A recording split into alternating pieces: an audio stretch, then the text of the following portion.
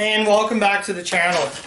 So I figured let's go ahead and tackle a family film, a direct-to-video from Universal's 1440 Entertainment Division. This time we're taking a look at Bella Thorne, Brian Ocha, I think I'm pronouncing that name right, Madison Pitts, Roshan Fagan in the sequel to Mostly Ghostly. This time, Mostly Ghostly. Have you met my Ghoulfriend? Now, before I talk about this film, I'm going to give my thoughts on the Mostly Ghostly films. I only saw the first and third, and I honestly do not like the Mostly Ghostly movies. I think they're super boring. They feel very cheap, and it's such a shame, though. R.L. Stine is a guy who did he have part in the production of this? No, just his name was. But anyways, this, yeah, for the creators of Goosebumps, this is the second in the series, and it's the only one I've not watched, and this is pretty bad. I was not expecting it to be good, but I was hoping this was going to be just okay, but it's just so piss poor this movie is. I qualified this movie as a worse version of Goosebumps. Now, I never read the Mostly Ghostly books. I'm only familiar with Goosebumps, but Goosebumps is, if not my favorite franchise of all time. I grew up with Goosebumps. I had Goosebumps everything. I watched the show when it was new.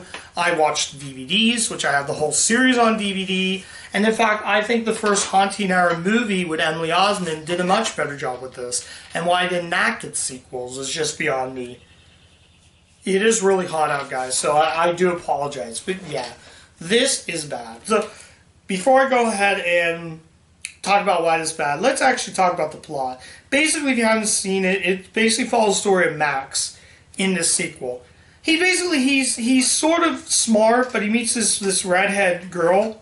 I want to say Cammy. She meets up with Cammy, played by Bella Thorne. So they're trying to discover what it is, and these two, I do believe, are the ghosts. So they do some crazy things, though. It also goes into the third Mostly Ghostly, where even more crazy things. Even that wasn't good. Just basically, it's not good. And I even looked up the cast, though. This also has Joan Rivers. Joan Rivers plays the grandmother in this. For some reason, they don't explain, but this is just, yeah. So, yeah, there's a guy, I forget, that he's like some like demon or something that meets up with him. There's a scene where he gets it's Halloween, and the dad says to go get dressed, go get in costume and hand the trick-or-treaters out candy. So it's basically sort of like a poor man's haunted mask. At times, it does feel like a poor man's haunted mask.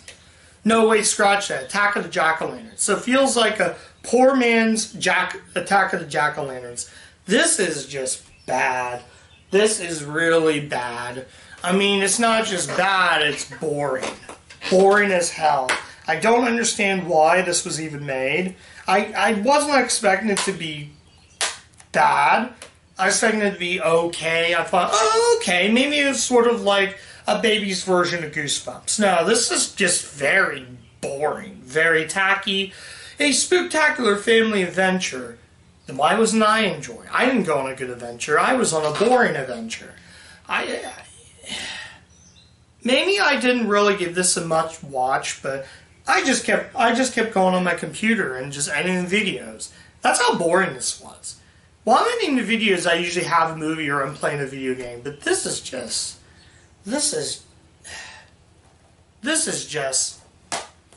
bad. I mean, beyond bad. Why did I sit through a movie? I could have sit through a better direct-to-video. I don't fault Universal 1440. Their division's really good. I even like the Woody Woodpecker movie. And that was done by 1440, and that was more watchable than something like this. Though that one wasn't great, I might say in my review, I thought it was just okay. At least that one was more enjoyable, thanks to the Woody Woodpecker cartoon at the very end of the film. That's why I gave a slime pass on that. This is just boring. There's a blooper reel, that's not. Usually blooper reels are very enjoyable. That should be in the bonus feature section, not in the middle of the film. Sometimes at the very end, it kind of worked in something like Bruce Almighty, where they give you a blooper reel at the very end, because it's Jim Carrey, and Jim Carrey can make you laugh. One thing, this did not have Jim Carrey. It had Joan Rivers playing the grandmother. Yeah, I'm just going to say that right now. Joan Rivers playing the grandmother. She's not even in the whole way through the film. You can even tell this is... I think it aired on Disney Channel. Yeah, you can even tell Bella Florence, Shake It Up, Disney, Good Luck Charlie, Disney, Maslin Pitts, Lap Rat, Beverly Hills Trial 3, Disney, Pair of Kings, and The Perfect Game, Disney. And the whole entire cast is taken from... They're just taken from really bad... This is just a really bad Disney Channel movie. It's just Universal. Just had the licensing to this. I guess they had the licensing to these R.L. Stine directed videos. I kind of wish they hadn't made the Goosebumps movie instead of handing it to Sony. I think that's the reason why that movie worked. So I'm just rambling. I'm rambling because I don't got much to say about this. Maybe this might be Universal Redux, but as it stands, this is not good. So... Final verdict, should you see mostly ghostly, have you met my Ghoulfriend? No way. Stay highly away from it. If you are a huge R.L. Stine fan, huge fan like I am, you probably might like this. Me, I'm a huge R.L. Stine fan, and I did find this bad. I didn't find this enjoyable. I found it too mediocre. There were certainly pretensions to the sequel. Okay, maybe a sequel fixes on the first. No.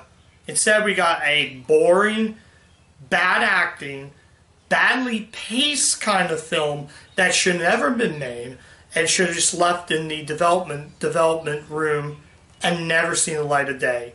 You could have took something better. You could have made another Haunting Hour film. If they made a second Haunting Hour movie, I probably would say yeah.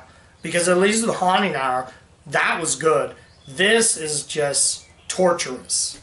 Not good, not fun, bad acting. There's a really bad dance scene at the very end of the film that should never have been made.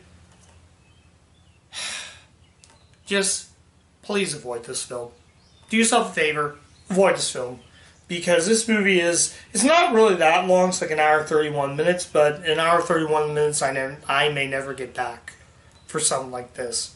I mean, R.L. Stine isn't the greatest writer, so I mean, I can excuse that, but this is just painfully awful. Hopefully the next movie I watch will even be better. Maybe it might not be direct-to-view. Maybe it might be a feature film. But until then, just please stay far, far away from this film. I'll catch you guys later. Bye.